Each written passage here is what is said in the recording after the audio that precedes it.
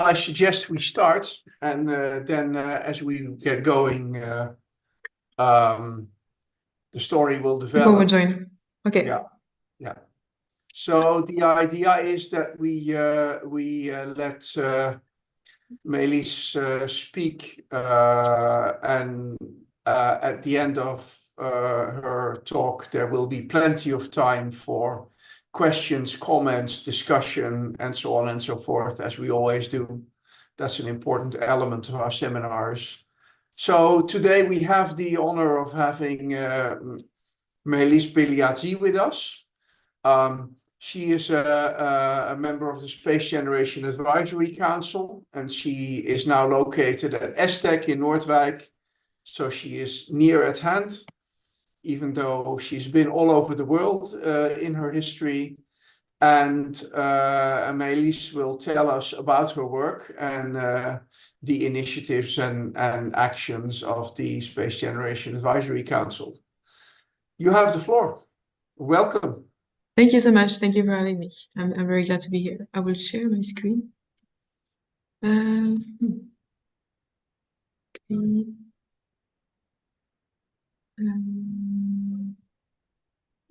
Okay. Can you confirm that you see it in the presentation mode? Yes. Yeah, it's good. Great. Yeah, thank you so much. Okay, so well, again, I want to thank Jake and Ralph for inviting me into this so 21st Netherlands Astronomy Equity and Inclusion Committee seminar. So my presentation today will be about the initiative that I am a part of, so our Giant Leap, which is part of the Space Generation Advisory Council organization. And in particular, it will be on the topic of members of the SGAC actively contributing to EDI in space. From, let's say, from also communication point of view, because my role within this initiative in particular is to act as communication team lead. So that gives me an overview on all the activities that we do, but also is it makes me maybe more focused on the activities communication wise, let's say. So next slide. Okay. So my name is Maëlys BELIAZI. I'm French. I work today as a system engineer at the European Space Agency at STEC in Noordwijk. I arrived there a year ago now, and I am the communication team lead for our Giant Leap, or also the Diversity and Gender Equality Project Group of the SGAC. Via this project group, I also supported the event, some of its events, like our kickoff event, which was SG France 2020, which is basically the event that helped us to become an actual initiative. When we did this event, the theme was focused on women in aerospace, and then we just enlarged it to in general diversity and inclusion in space. And it really started from meeting people, from gathering with different people at this SG France event in Toulouse in 2020. I was also supporting our Giant Leap Hackathon of 2022 and 2023, the one of last year. This event, I have some echo. I don't know if someone. Okay. So these events are the Giant Leap Hackathon is also one of our flagship events, and I will explain a bit later what it is about and what was our aim with this event. So today, my presentation will be around 30 to 40 minutes. I will first of all introduce what is the Space Generation Community, the SGAC, what it is, and what's the purpose of it.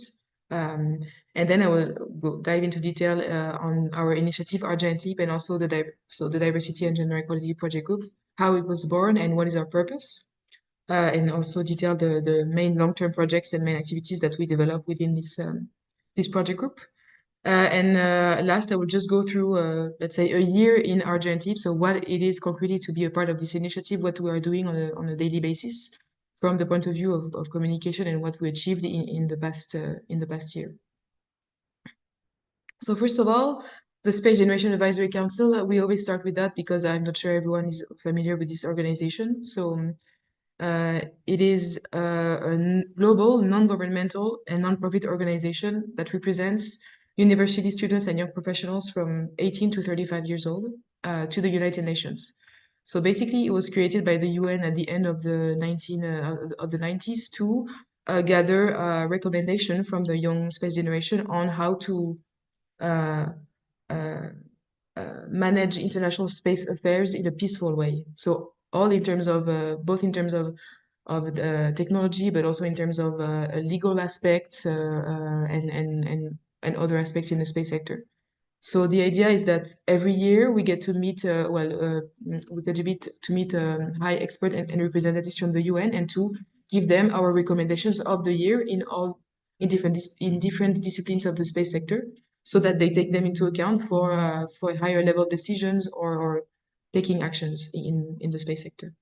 So through events, scholarships, project groups, and other professional development opportunities, SGAC engages more than 25,000 members around the world in more than 160 countries.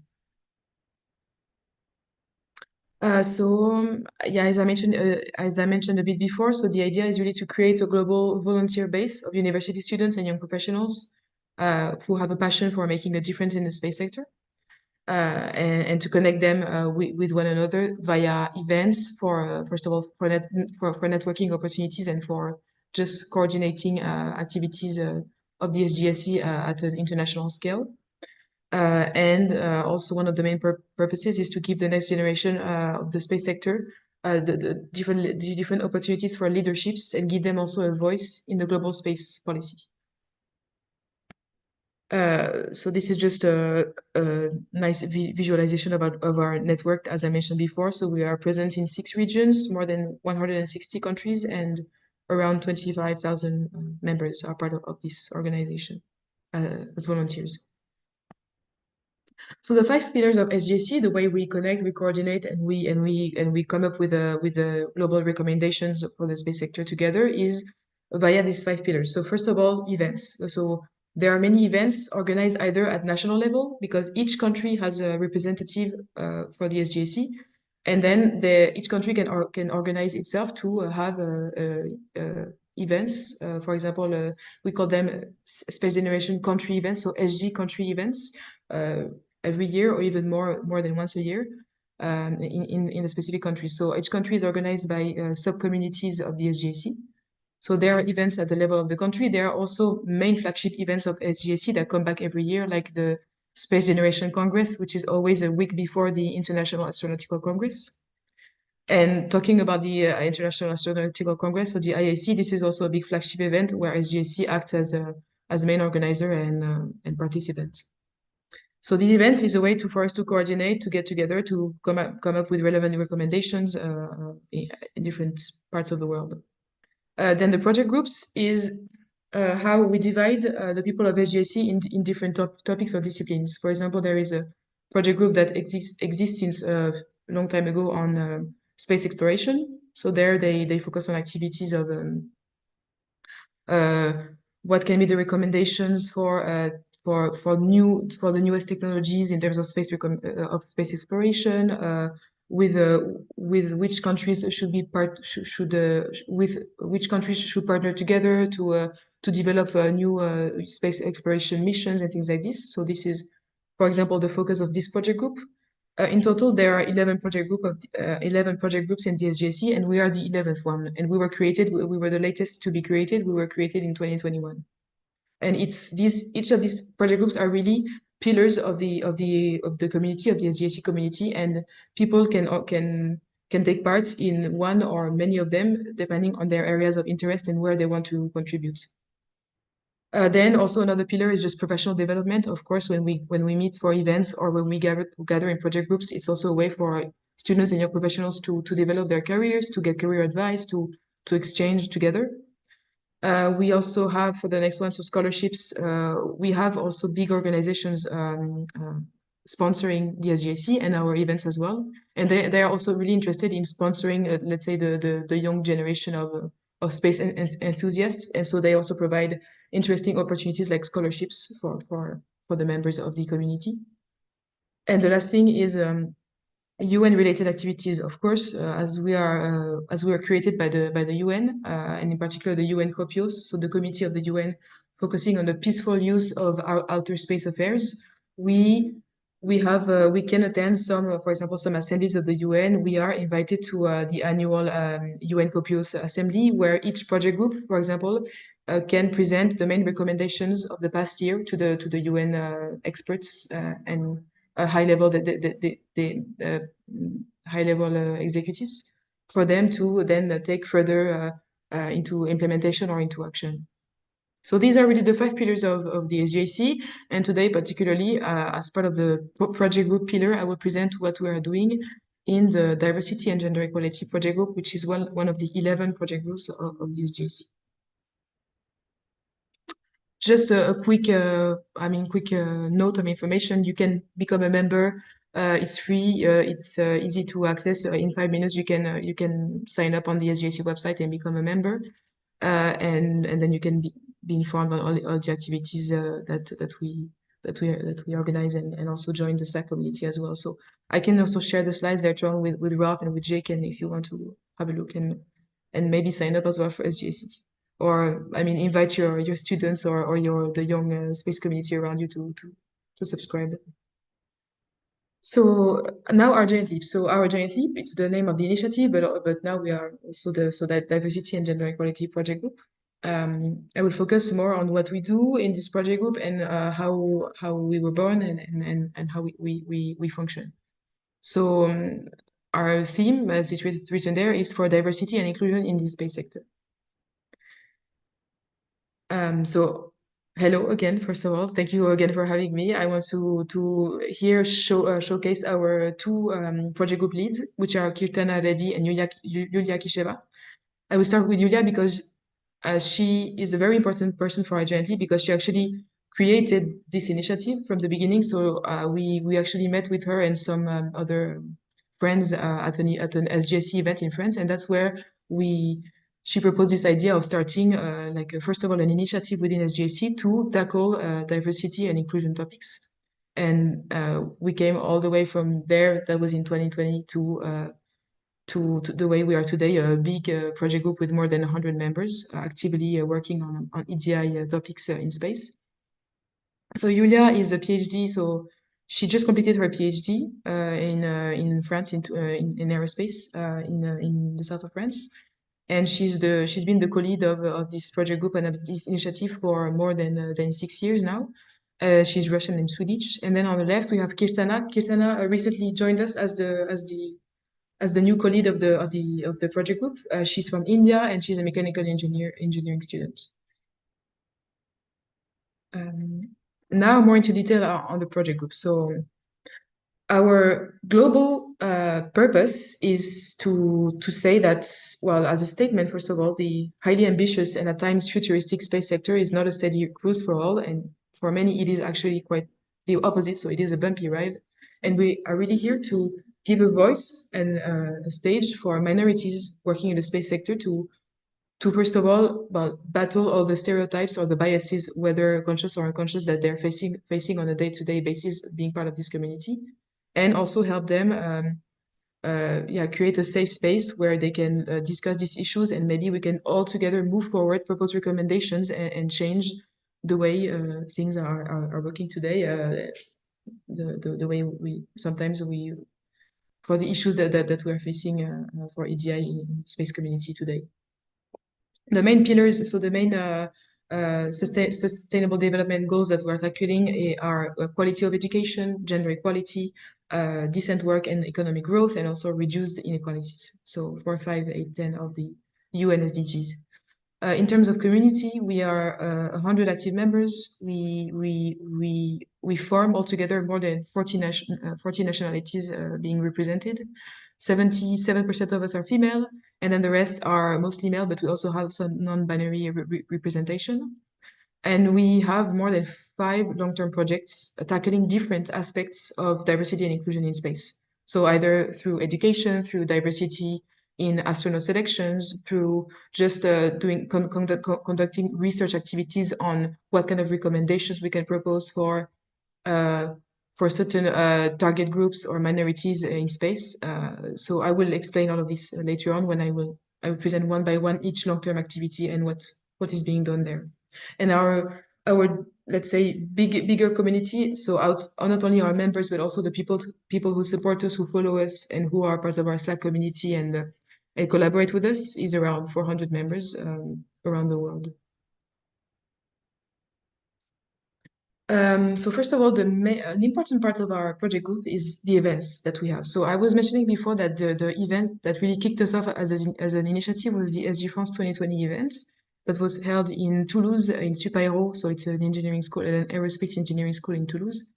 And it took place in 2020. The theme really of this event was women in aerospace. So women in the aerospace sector, let's discuss about solutions to inspire, promote, and foster gender equality.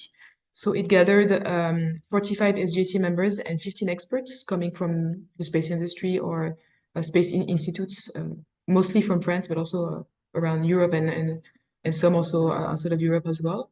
We gathered 71 recommendations on how to tackle, for example, implicit bias and discrimination in the space sector. Also, we discussed mentorship strategies, gaps in female-oriented space research, and other topics.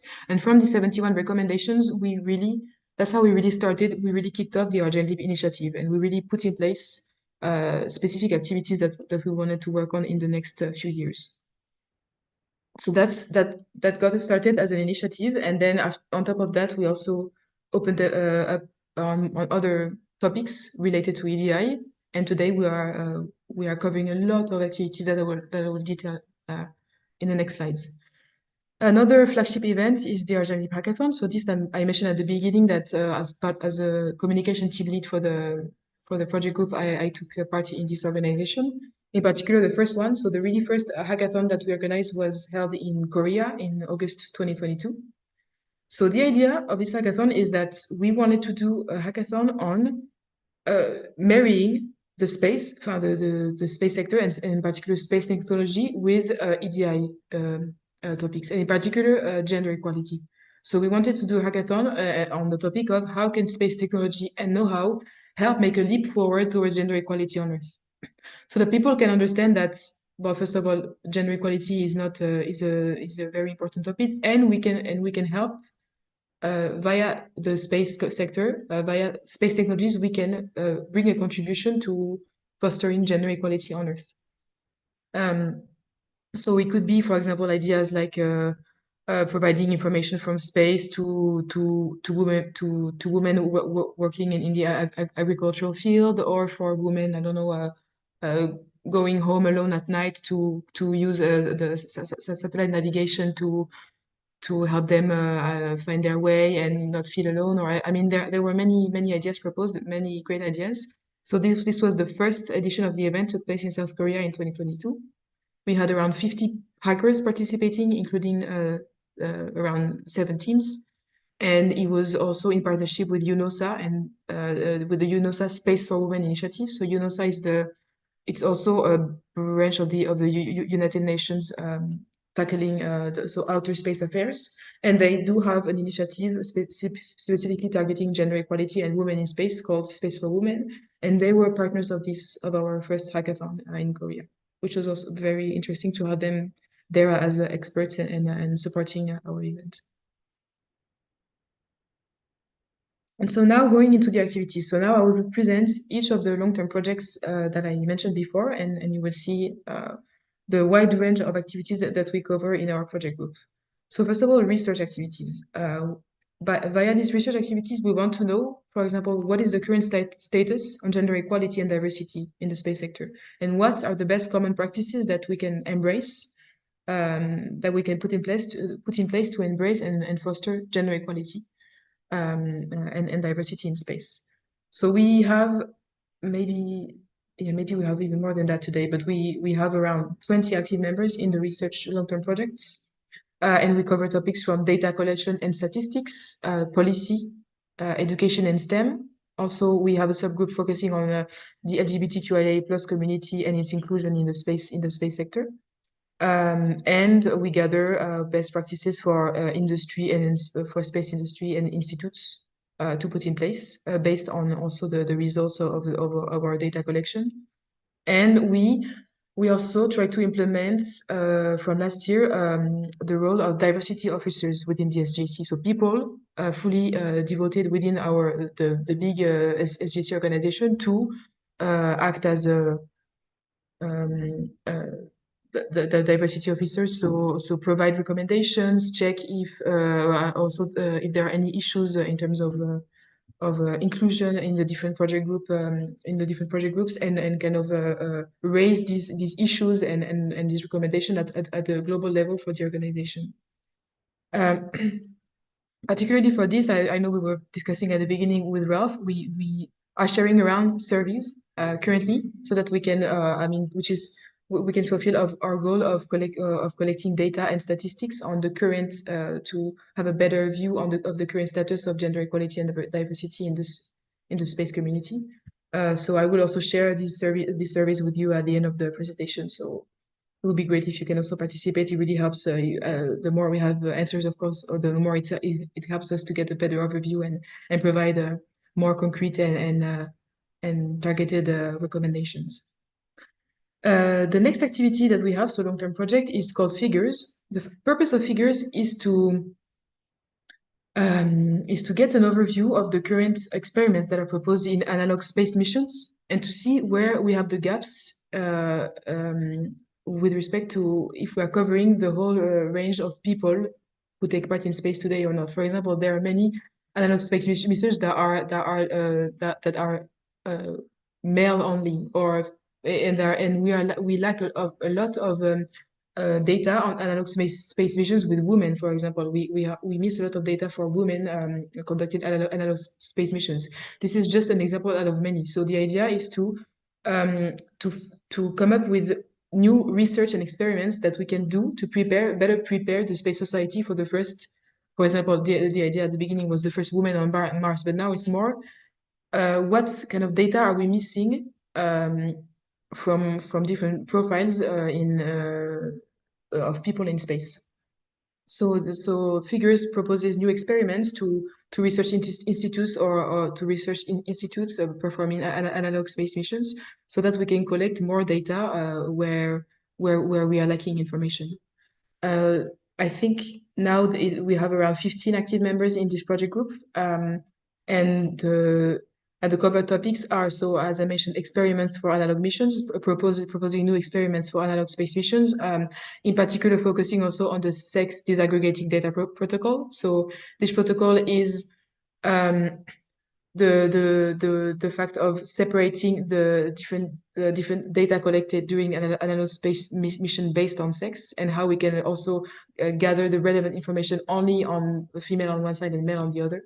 And so this is a specific protocol that we try to implement in the new analog missions in collaboration with our partners for these missions. And also another goal is to support all female, but also mixed and diverse analog crews, because we've seen there have been a lot of analog missions held for some years now that are still today only male only, and so we are trying to push for more diverse crews in these missions. Another main long-term activity that we have is Padawans.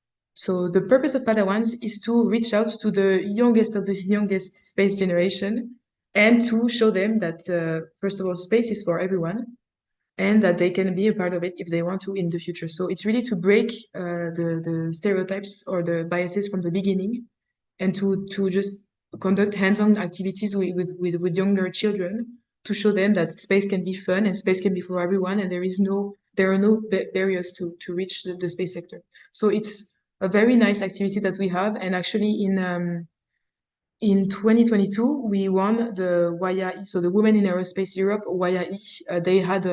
They opened a call for a bursary to conduct education activities with children. So any organization or initiative from Europe could apply, proposing projects, and then they would select the best proposal. So our Padawans long-term project won this bursary. So now we are financially supported to conduct workshops all around Europe in different primary schools in Europe with young children. So what we do usually is that we organize hands-on activities with children. For example, creating mission patches, space mission patches with the children, rockets, paper rockets, things like that. And more importantly, we also have a booklet where we try to explain in a nutshell and also depending on the country, the path to space going, I mean, from primary school to higher education for the parents. So we also prepare a booklet that children can take home and show their parents, and that parents can consult and maybe find out how, if their child wants to join the space sector, how they can do that. Because also we saw that a lot of biases and stereotypes can also come from the families themselves, because sometimes they're just unaware of the careers and the potential academic paths possible. So we also try to bridge this gap and to propose a material for the parents as well as for the children. In this long-term project today, again, sorry, I think the number is not right here, but we are more 20 active members, right now fully committed to finalizing these workshops that we have ongoing, thanks to the bursary of the Women in Aerospace community. But other than that, the rest of the time, we are focusing on creating educational resources that we can also share with other partners, or we can, first of all, we want to share it with the global SGAC community, so that whenever, for example, they go back to their hometowns, they can also hold their own hands-on activities with children of their primary school in their hometown. We want to encourage this global wave of conducting activities with the younger generation, and we want to propose, coming from our project group to the other project groups or other members of the AC, this educational material that they can use. Then the next long-term project is Divinas. So Divinas is for diversity in astronaut selections. So you may think there is maybe a link with the Figures long-term project that I showed you before, which was for analog space missions. But this one is different because Figures is for analog space missions. Divinas is really to focus on raising the number of minority representatives in both the public and private astronaut corps. So it's really today we're looking at the astronauts that are coming out from NASA, ESA, and other agencies, and trying to see how we can encourage and raise the numbers for the minority representatives. So first of all, women. I mean, of course the tendency is changing, but there are still a lot of men, much more men than women applying to the selection. So we try to understand how is that, and if we can maybe play a role in trying to enhance women applying in astronaut selections. And also, we also encourage other forms of research on astronaut diversity. For example, we were really glad to see that ESA proposed, for the first time in the latest astronaut selection, a call for parastronauts, and actually there is one parastronaut that was selected for to actually train to go in space. So this is also something that we study. How can we research, how can we propose experiments for astronauts with physical disabilities as well in space? And so the main goals that we have is, to summarize, is so research on astronaut selection bias, studying also the media impact on recruitment, and trying to have to play a role in maybe shifting the focus on maybe women applying to the astronaut selections or other minorities. Again, as I mentioned before, the parastronaut feasibility project is an important element that we also study and want to encourage from our side, and also collaboration with experts. So actually, during the latest ESA astronaut selection, we did a lot of webinars where we tried to involve women astronauts or women who were planning on applying to the astronaut selection to get their feedback, to discuss with them. We also try to have a collaboration with experts, for example, people who train astronauts, people who have followed all the latest astronaut selections in the past 15 years and can also give us feedback on what they think should change, what they think has evolved, with the overall objective of trying to see more a bigger representation of minority amongst astronauts of the different space agencies. Now we come to communication and outreach, which is my team.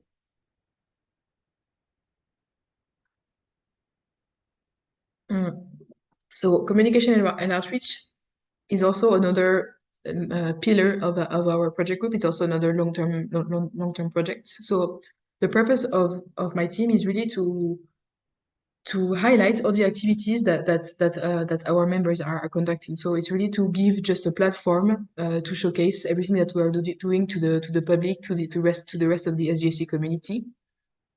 And we do it in many ways. Okay, of course, we use social media to share all the activities that we have, but we also have our own content and campaigns and we try to also have diverse forms of outreach to share these activities. For example, we have our own magazine so we have it every year, and we started it in 2021. Every year we either have a different theme or just have different articles from our members. But the idea is just to show what has been done in the past year from our members. We call our giants. So there we usually ask each of the long-term projects to provide a summary or an article on an activity that they held in the past year and that they would like to talk about in the magazine. And then we gather all of this, and it's also a nice way to show our community and our supporters what we've been doing in the past year, and also put people in contact, give our contact information so that people can say, oh, this activity sounds nice, I want to contact them and hear more about it. It's a very nice platform to showcase all of that. We also have our own podcast. The podcast for me is also a very nice activity that we have, because in the podcast we always try to invite guests that also can represent minorities in the space sector. And for most of the formats that we have today, it's always a one-to-one conversation with someone from the communication team and someone that represents a minority in space, or let's say an uncharted academic path. Most of the people that we interview came to space maybe with a very high change. So I mean, it was not an easy path for them to go to space to arrive in the space sector. So it's really nice to hear from them their recommendation, how they were really finally able to get into the space sector, and how they're feeling today being in the space sector, if they feel supported or not, if they feel like they would need to they would have some recommendations for us to help them implement. So the podcast is also a very nice platform that we use to showcase all the issues that exist in terms of EDI in the space sector today, and gather recommendation and advice from people who have struggled a lot in the community and can really give great elements for the discussion. So I really encourage you also to check it out. It's on Spotify and on Google Podcast. We also have calls for artwork. So this for us is also really important to work from time to time with artists that can help us also represent the space community as it is today, with the struggle and with the issues for minorities in an artistic way. So that, because for some people they understand it much better, or they feel much better the struggle via art. So it's very, very great also to link both the purely space discussions with people who might not come at all from the space community, but are interested in showcasing our activities in an artistic way. And it's also a very nice other way to showcase what we are doing. Then we have also specific communication campaigns. We have a lot of webinars and masterclasses. So webinars, for example, I was talking before about the webinars that we had during the astronaut selections to discuss with different experts on their views on the current astronaut corps diversity and things that should be improved, and also how the selection process is going, and how can the selection process be more open to minorities applying, and things like this. So we do have many webinars depending on the activities for the different long-term projects. We also have newsletters we try to give some news to the rest of the SGAC community on a monthly or bi-monthly basis. And then I mentioned also social media is a big element in our outreach strategy. For the Argentine magazine specifically, I think I have images right after. I will show them to you. But basically, the first edition was released in 2021 on International Women's Rights Day, and the second edition was released for Global Diversity Awareness Month in 2022. The general themes of the Argentine magazine are the themes of our project group, so gender equality and diversity. And In the first edition, we had a total of 56 women portrayed or interviewed. And then for the Argentine podcast, I'm sorry, it is outdated because we have actually today 11 and we're going into our 12th episode of the podcast. So feel free to check it out again on the platforms. So for the Argentine magazine, just to show you how what it looked like. So the first one it was really focused on women in aerospace. So we had articles, for example, on gender equality, on the imposter syndrome, filling the gaps in research. So that's particularly for the figures long-term projects of filling the gaps in the analog astronaut missions and in research to gather more data on women analog astronauts and how also the female body can adapt into space. What can be the issues that develop in time with the female body in space, because of course, it's not the same problematics as a male body. So we also have to gather more data on this if we want, well, both women and men to be all part of the space ecosystem in the future, and maybe for long-term space missions. Then interviews. We also interviewed executives or female scientists in space. So Gratia Vittadini, she was at the time the Airbus Chief Technology Officer. Libby Jackson, also, I think you know her. So she's the UK Space Agency Human Exploration Program Manager, and I think maybe she changed roles recently. And then we try to also showcase portraits of women who paved the world, who paved the way to space in their different regions. So all regions of the SGAC were covered: Middle East, Europe, Asia Pacific, and so on. And it was very nice to find out that there are so many brilliant women all around these regions that we could showcase in our magazine. And then the next edition was the one of 2022. It's this one. So this time we had specific articles for each long-term projects. For example, this one here showcased here is on astronauts with disabilities, a dream becoming reality for a bigger part of humanity. This was really focused on the para-astronaut call of the European Space Agency that was held at the same time as the latest ESA in the latest ESA astronaut selection. And we also try to, again, as I said, for us, it's important to work with artists to showcase our work in a different way. So we worked with comic book artists that wrote little comics on being a minority in space, being a woman in space, the struggles, the daily life. And it's also very nice, a very nice addition to our magazine. Now, just to finish, I don't know where I am on time, but I want to just give you a brief overview of, for example, what it is a year in our giant leap. And this is just an overview, a monthly overview of what we did in 2023. So you can kind of see the recurring themes that come back in our initiatives and how we work on a day-to-day basis. So that's for 2023.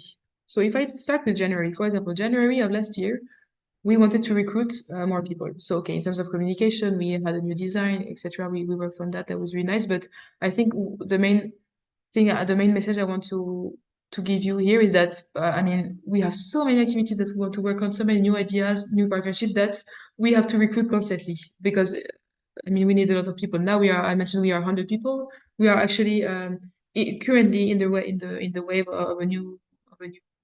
I mean, we're opening new applications again. It's going to close on Friday, so if you are interested, I can give you more information. But yes, it's a lot of work. We have a lot of ideas, but it's also great because we are, I think, a very fast-paced project group compared to, for example, other project groups in the SGAC. We are really growing at a fast pace, and it's very nice to see. So at the beginning of 2023, we opened a new wave of recruitment, and we also released the 5th episode of the Organic podcast with, I think, Julie Claveau. She works at the Canadian Space Agency and the topic was fostering gender equality, diversity, and inclusion in space. She has great recommendations for that.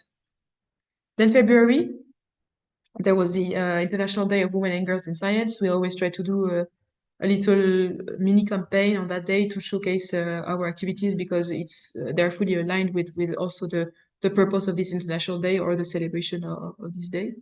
And we released also the Argentine magazine of 2022 that I mentioned before. So the important themes here are also the magazine. The magazine is also a great way for us to interact with our global community, to showcase our activities, to also give examples of what can be done for EDI in space, and maybe start new partnerships thanks to that. And we also have collaboration. So we also participated in Black History Month, which is in February last year, with the North America and the Caribbean region of SGAC, and it was also very nice too. So we showcased all of our members who feel part of the Black community from other regions of the SGAC, and it was very nice to have this campaign.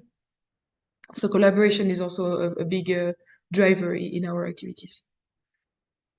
Then in March 2023, so International Women's Rights Day. So on that day we like to remind people how this day was created, who were the people fighting behind for women's rights at the time, and the women who were really pioneers for the international women's rights, and that we celebrate particularly on March 8th.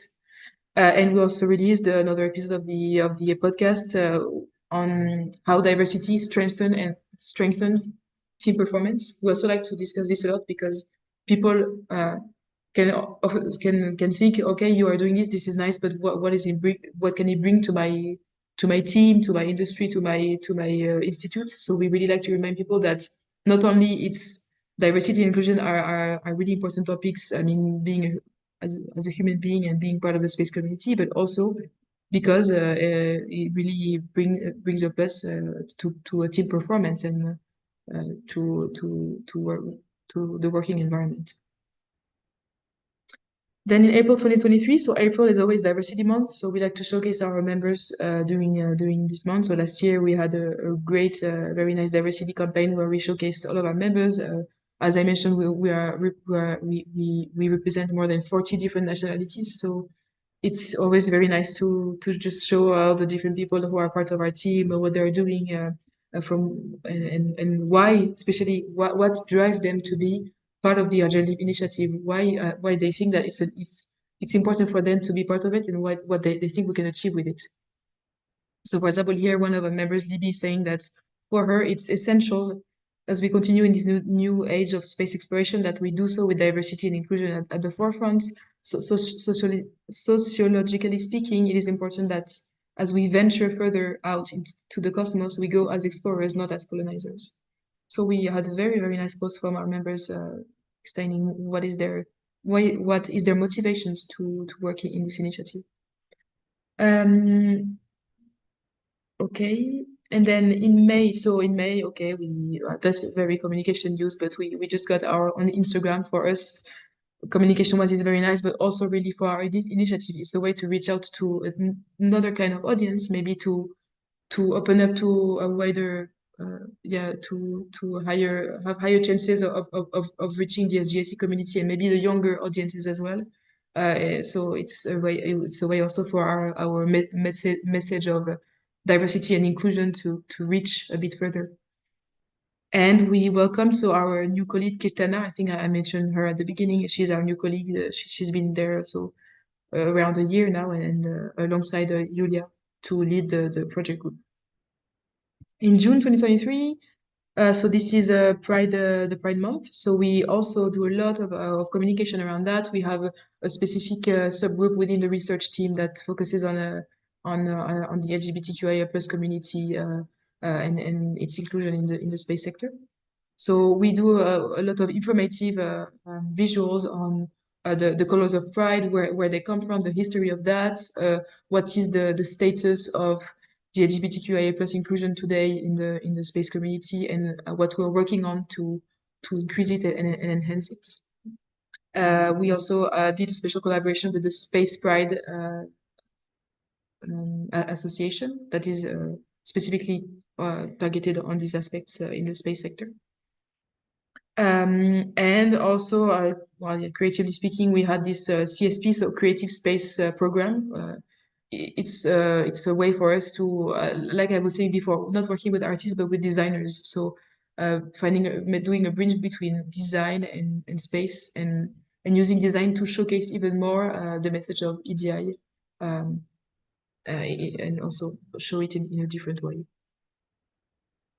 Then in July 2023, we participated in an event in Switzerland in EPFL called the Aerospace European Conference. There, specifically, we went there with the Figures long-term project, so talking about experiments and new analog space missions to collect data on minorities in space. We were very happy to be part of that, and we had a very fruitful workshop with our Figures representatives. And we also did a special podcast, so kind of looking back at the Pride Month with Franco Labia. So Franco Labia is the lead of the Space Pride Association that I was mentioning before. And it was a very interesting podcast episode with Franco. Then in August, so okay, we showcased our members. For me, this is also an important theme. So just celebrating our community, because it's very nice to see that all our members they just don't advocate for diversity and inclusion in space.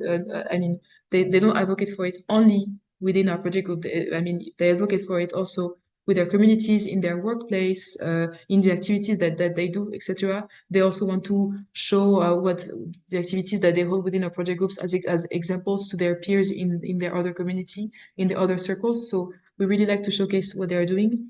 In particular, here is portrayed a member of our Divinas team, Thomas. He's an active wheelchair user, and he's really he talks a lot about the parastronaut feasibility program of ESA, and he really also wants to act as a role model for this. And he actually recently participated in an analog space mission of Lunares as one of the first analog parastronauts of this mission. So it's really great to showcase what he's doing and the bridge he's building between these activities that he does to push for parastronaut feasibility and parastronauts in selections, and to make a bridge between that and what he's doing within our project groups to work exactly on these topics. So yeah, just celebrating our community is also a big part of what we do.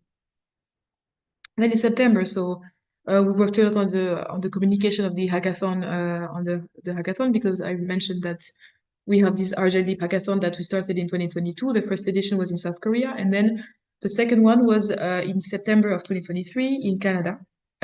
We did it in the premises, I think, of Montreal, of one university in Montreal, one technical university in Montreal. And it was held just a week before the International Space for Women meeting that was held in Montreal last year. Again, the hackathon was really a great event, and we had so many good ideas from hackers. It was also supported by the European Space Agency partially, so that was also really nice to involve them. Then in October 2023, so October is usually the time for the International Astronautical Congress. At the IAC, we also send some abstracts there every year. So our teams, each of our long-term projects sends at least one abstract to the IAC, sometimes two. I think last year our Divinas team sent even 2 abstracts. So here we have on the left we have Roxy, she's the lead of the Divinas long-term projects, and Yumna. They're both presenting a paper that was presented for Divinas, so the diversity in astronaut selection. They're presenting a paper at IAC, where they talked, I think, in particular about the recommendations for to foster greater inclusion and diversity amongst the astronaut corps. So that was very nice. And then the picture on the right is the picture of the RGLD hackathon. It took place actually in October in Canada, and here we have the picture with the hackers and the organizers. Then November, November there is the day of LGBTQ plus in STEM. So there also we prepared little visuals to showcase some of the many LGBTQIA plus role models in STEM, to tell people that who they are and if they want to reach out to them as well, but just to portray them as real role models and give a little bit of information on this these people. And this is again a part of the activity, or part of one of the activities of the research long-term project.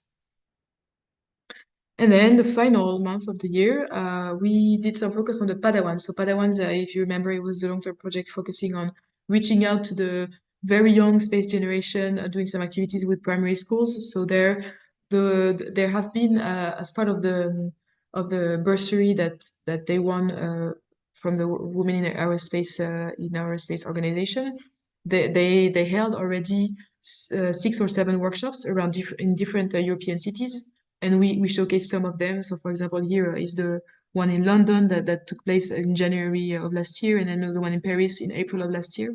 And they still have, I think, 2 or 3 more workshops to go before they complete the loop. But it's really nice. They really did a super job, and the volunteers were very happy to exchange with primary children and to see their enthusiasm to work in the space sector.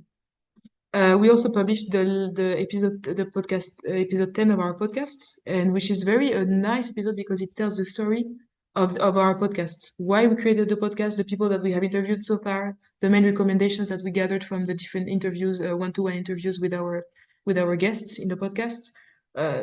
So it's if you don't want to listen to all the podcasts that we have, you can definitely listen to this one. It gives a nice summary of what is the purpose of our podcast and the main recommendation that we gather so far, thanks to it.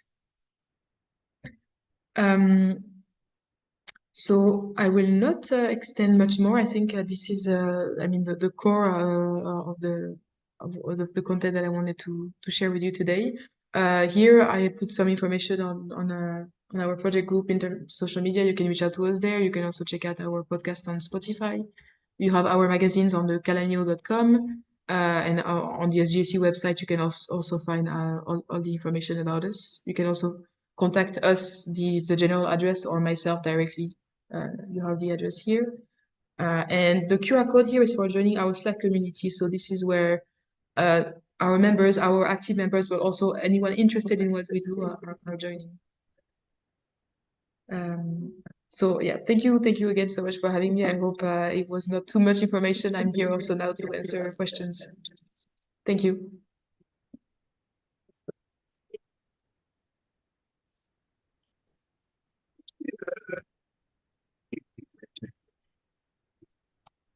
I think, Ralph, your sound is broken again. Yeah, I can't. We can't hear you, Ralph. Sorry.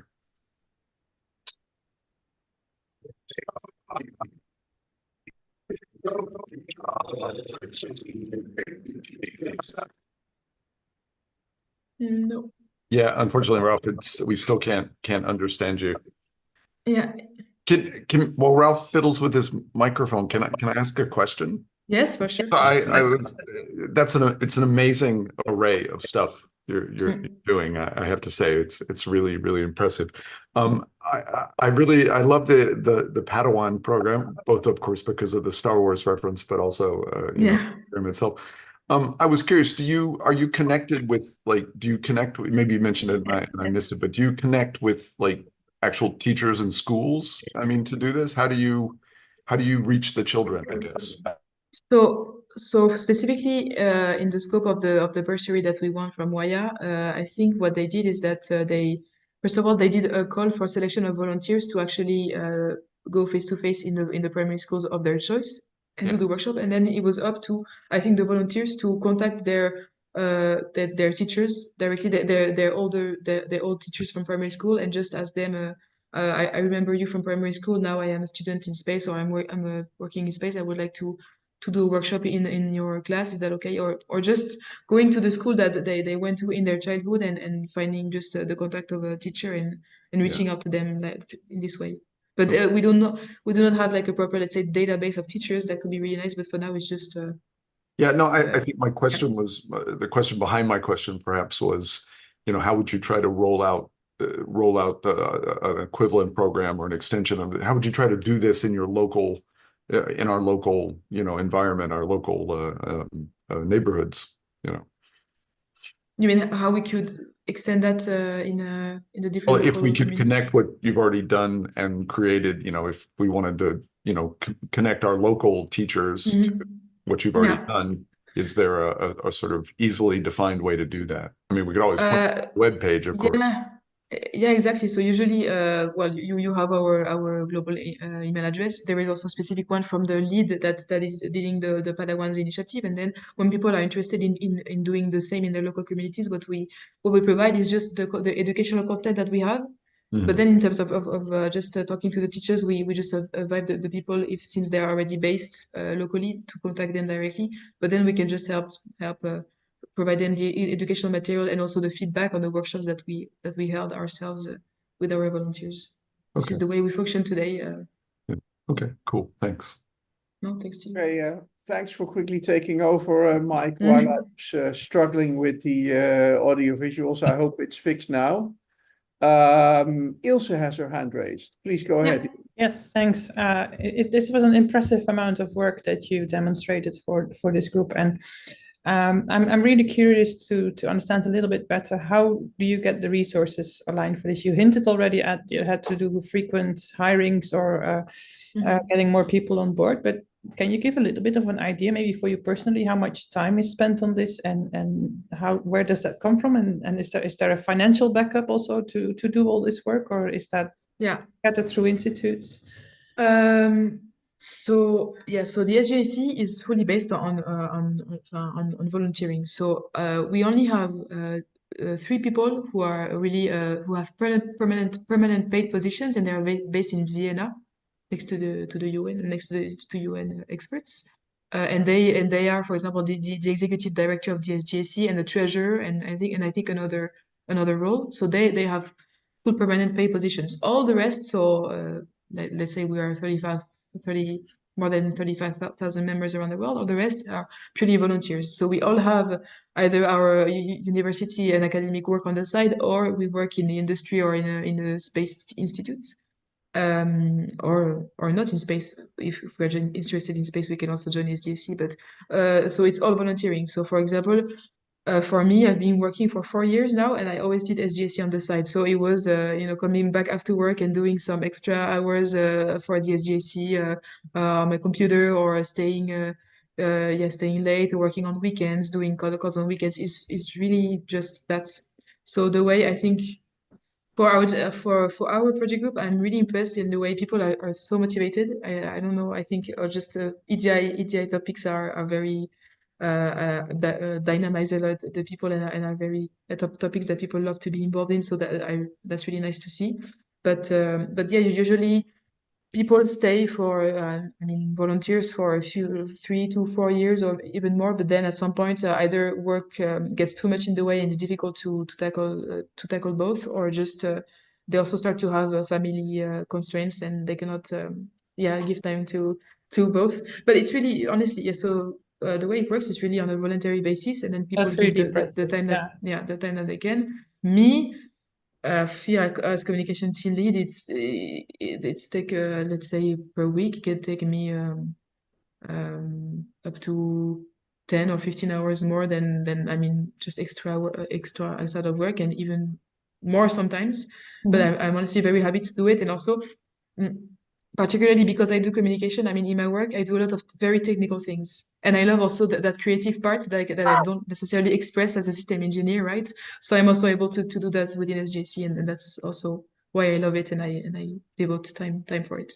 But yeah, it's fully based on a volunteering basis. Yeah, it's really impressive that this is working, and I think especially for the age group that you hinted at, this is a more junior group of people already relying on non-permanent contracts and shifting jobs frequently, especially if you're in a more academic position.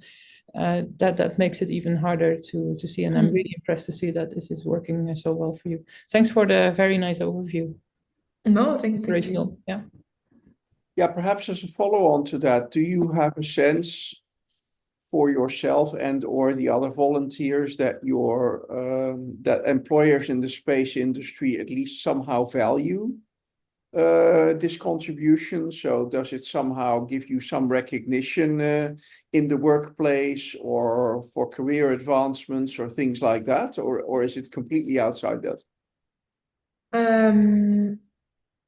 I would say that, first of all, there is also a cultural aspect to how people are valuing volunteering work. Maybe SGAC is, I mean, in the space sector, people start to know more and more about it. So in general, when we mention it, our employers might know about it. And then I think there is also a cultural aspect. For example, in France, volunteering is not necessarily encouraged or I mean, not valued as much as, for example, in the US.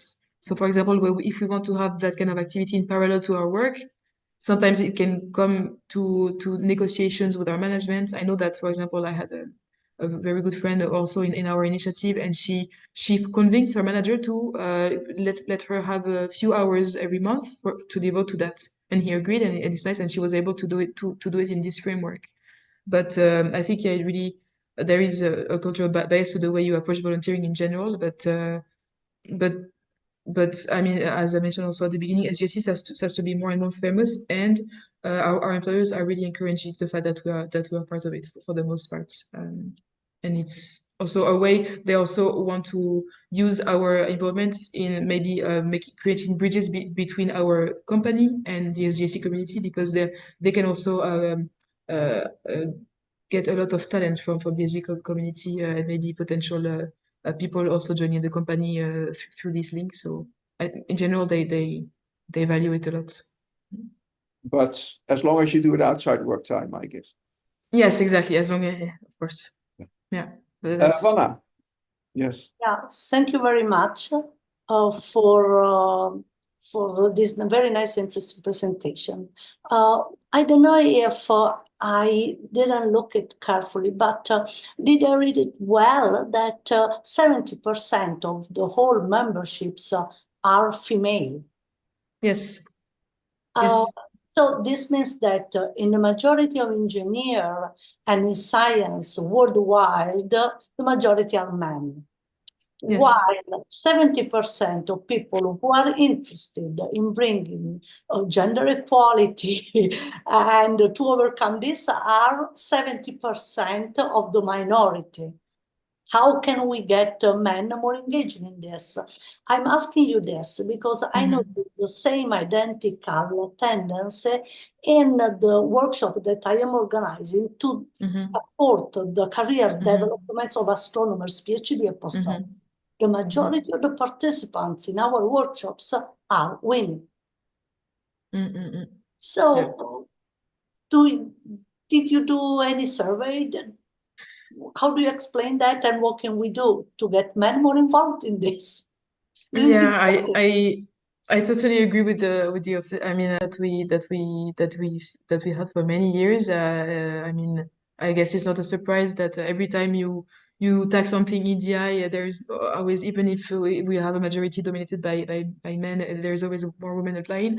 I honestly, I think it's also very sad. I don't know why it's the case, but I think maybe it's also maybe the way we in which we approach things. Maybe if we show that, okay, we're talking about EDI, but it can also benefit you, even if you're a man and you think I'm not a minority, I don't need to hear about this. But if we try to approach the angle of more showing how it can benefit all of us as a team, because we have a better performance, because it just helps us, work better, more efficiently as a team with diverse members. I think approaching it more in this way can help bring more men. But even that, I'm not sure we will reach 50% or more men participating in EDI communities. But I hope that we can get there. Yes, sure. Well, there is still some work to do, and it is not easy, but at least we're trying, let's say that. Yeah, definitely. Yeah. Thank you. No, thanks to you for the question. Yeah, maybe a question a bit related to that. I noticed that your one of your initiatives is called DGE, Diversity and Gender Equality. Isn't that a somewhat surprising name, in the sense that, I mean, gender is one of the axes of diversity, so it seems by putting that one explicitly in the name, you nominate it to be a special axis of diversity, right? Is that because your focus is primarily on that axis, or is it a historical accident, or? I think that was also historical in the sense that initially we were starting to be more an initiative for women in aerospace. So it was really, okay, focus gender in the initial sense. So okay, women, men, and then women joining more the aerospace force. So historically it was that, and then we made it broader to all forms of diversity. But I think it's just and the name came from that it's very historical that we did focus on women in aerospace at the beginning, the very beginning, and we do have specific events focusing on gender equality, like for example the hackathon that I was mentioning. The RJG hackathon is really how can space technology help enhance gender equality on Earth. So we do like to keep also for historical purposes, and because also it's a topic that I mean, as Giovanna mentioned it before, we are a lot of women as well in this project group, so we like also to put an emphasis on that, even though of course we cover diversity in general. Okay, thank you. Thanks to you. Yeah. Other questions or comments? Yeah, maybe I can follow up on the discussion that Vanna just started about the gender diversity in the gender diversity groups. I'm wondering if this may also be related to the fact that there is no real reward system in place, and therefore for the majority of especially the younger men, I would think for them there is really no benefit of spending time into this, because they are much better off writing an extra scientific paper or working on their system designs if they want to make it in this world. And then when they get into a permanent job, maybe at that point they start to think, oh, maybe we should do something about diversity as well. So this just came to mind because, as Ralph mentioned, we've been doing a survey in the Dutch astronomy community, and this was one of the points that was raised frequently by people, that the career paths are not always clear, and especially there seems to be a focus on in the astronomical field on the academic career path that seems to be preferred or somehow seen as a better path than alternative career paths, which should be equally valued, but for some reason are not. And therefore, if I would be a young man in this generation and I would be measured against all these parameters, then yeah, why would I spend time on something that only costs me 10 hours a week extra, which I can also spend on writing papers?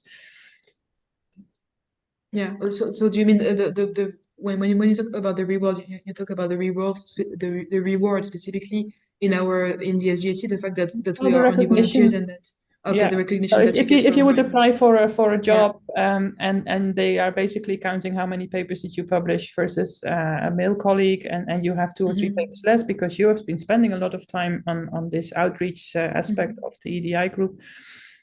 Is that somehow compensated? I know in astronomy this is a big discussion, and in other science fields as well. It's really hard to figure this out. And in some grant systems, there is now the almost mandatory statement of what you are working on diversity aspects. But this is still very much a check the box exercise still, and not really embedded in the culture of science at all. That's really true. And I'm curious then to know, did you find any ways to counter this reward effect, or do you have ideas? No, it's that?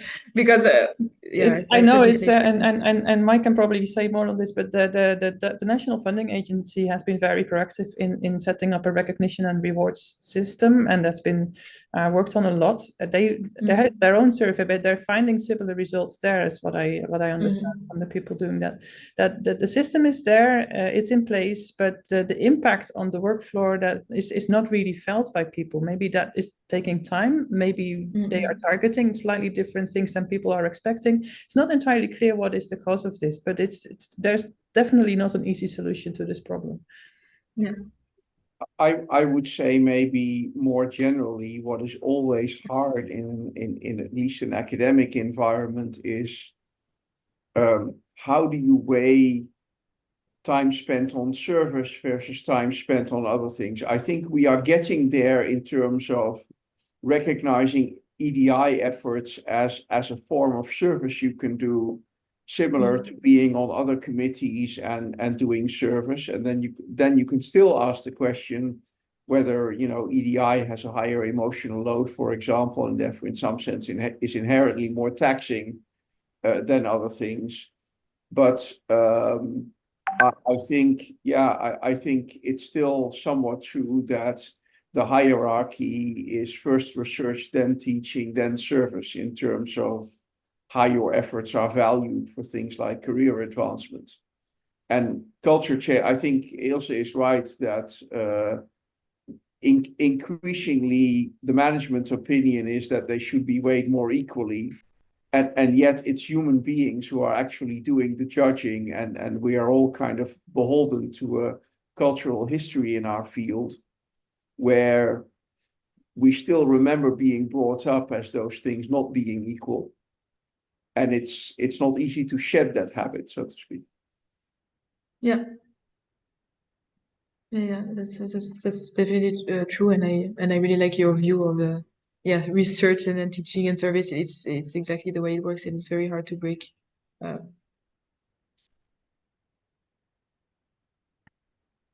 I think, I mean, things are changing in the sense that nowadays for career advancement, at least in our universities, you have to do a bit more than just having sat on a committee and having not shown up drunk for classes in order to be promoted.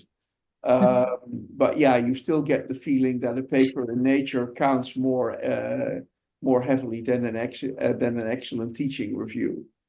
And again, not as strongly as it used to 10, 20 years ago, but it's still hard to shed the impression that there is a difference.